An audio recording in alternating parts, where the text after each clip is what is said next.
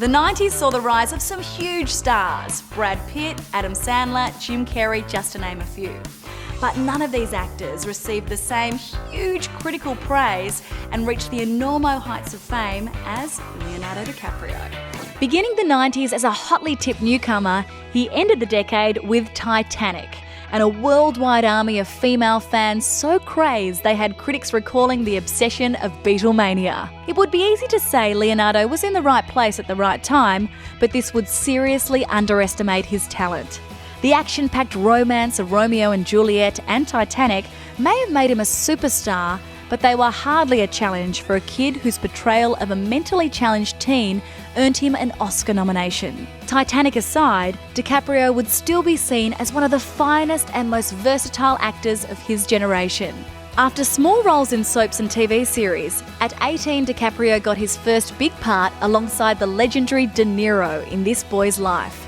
In 1994, he wowed audiences and critics, playing a mentally disabled teen in What's Eating Gilbert Grape, which earned him a Golden Globe and an Oscar nomination. At this point, Leo could have gone blockbuster.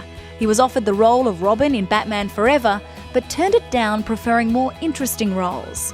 Sharon Stone paid Leo out of her own wages to have him star in The Quick and the Dead. He tackled heroin addiction in The Basketball Diaries, and then came the MTV-ified Baz Luhrmann masterpiece, Romeo and Juliet. The film hit the teen market hard, and it made a heartthrob of the hitherto fairly arty Leo. Well, it is difficult at times. Things start to change around you, and you try and maintain to be the same person that you were, but obviously you need to adapt to the situation as well, so you almost develop different personalities in a sense, which is something that I'm working on. This is all definitely new to me. I just, for the most part, all I care about is, growing and learning more and doing good films, career-wise. So whatever can maintain that is most important. As if still resisting inevitable superstardom, Leo followed Romeo and Juliet with the low-key Marvin's Room opposite Meryl Streep. Then everything changed. Turning down the part of Dirk Diggler in Boogie Nights, he took the lead of Jack in James Cameron's Titanic. Cameron had battled the studio that preferred Matthew McConaughey for the role. The move paid off, and the film sparked Leo mania. He was now arguably the hottest star in the world. You adapt, you carry on, and you get to a place where you just have a certain amount of acceptance towards it, and you realize that it is true.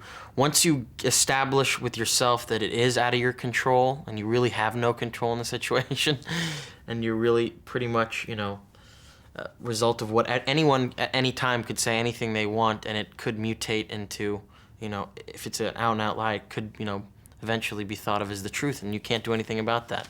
And you just have to sort of realize that along with that con becomes, there is the fantastic thing, which is the opportunity to be a performer and let that speak for who you are as opposed to anything else. That's what I choose to, let's speak for who I am. I don't want to comment on, every little damn thing that's said, that I want my art to sort of speak for who I am, because that's what I do. After playing dual roles in The Man in the Iron Mask, which upon release still failed to knock Titanic from #1 at the box office, Leo cut right back on his work.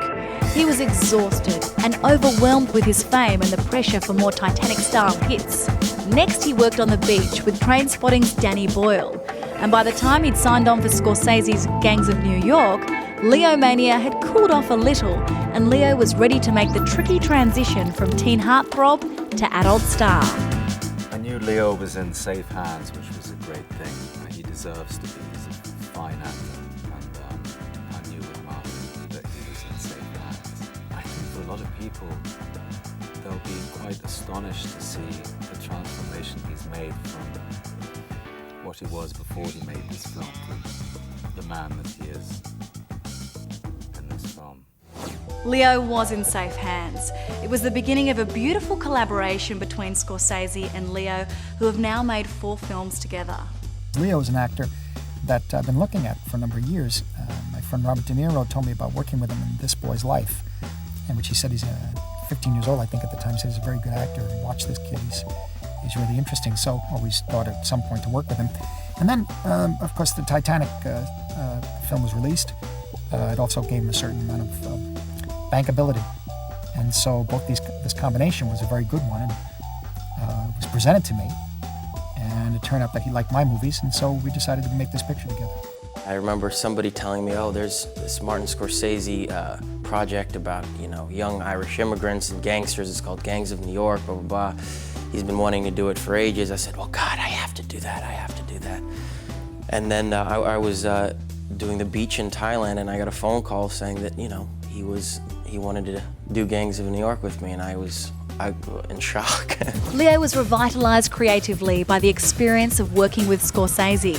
We were constantly coming to Marty with notes, ideas on the character, and it was really like the way films should be made and the whole process should be made, you know what I mean? Where everyone's constantly working together and constantly collaborating and coming into Marty's office after lunch and coming up with new ideas every second. A brief sidestep away from Scorsese saw Leo play a breezily charming con man in Steven Spielberg's Catch Me If You Can alongside Tom Hanks.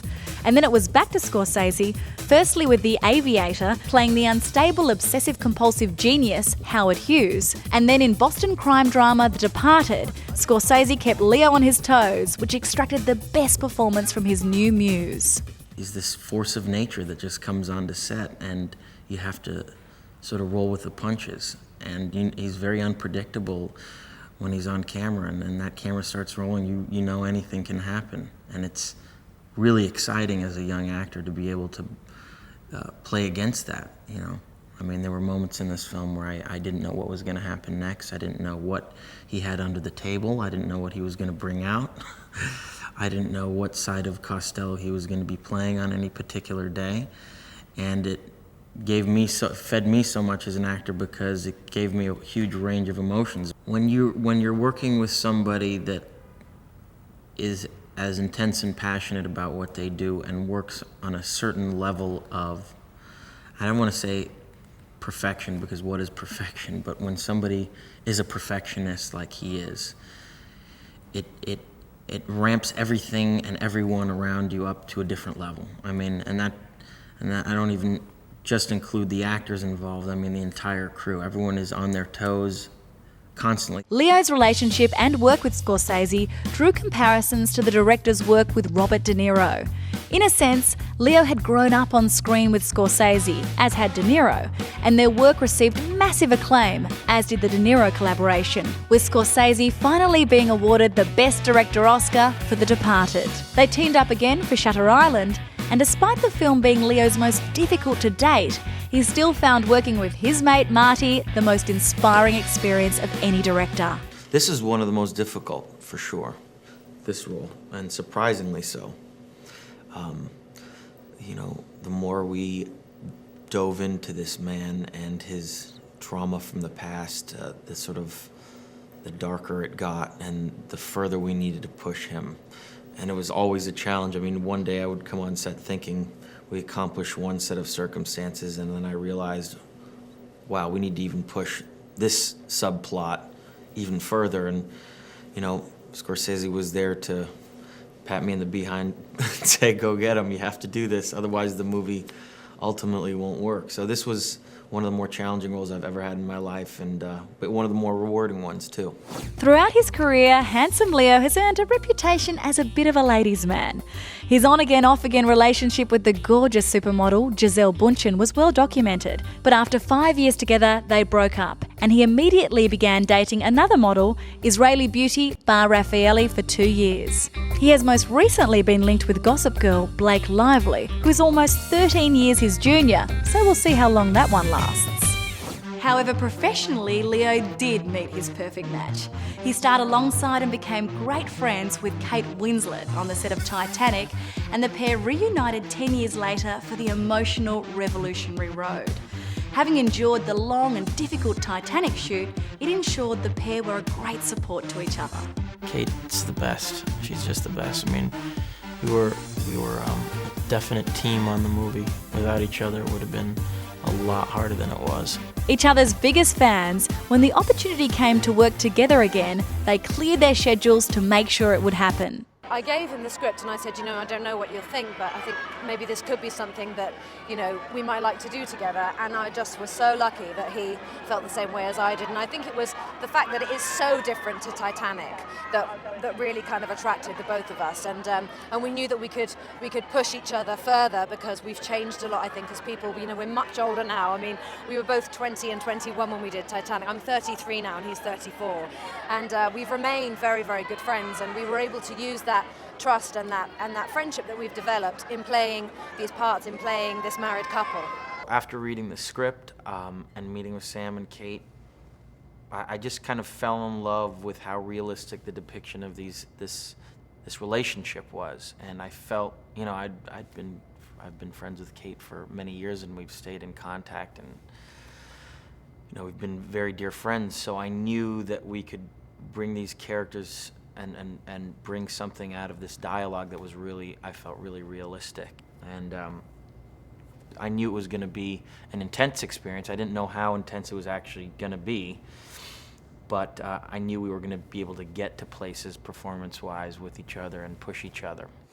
We've only just touched on the amazing career of Leonardo DiCaprio, but one thing's for sure, he is a megastar here to stay.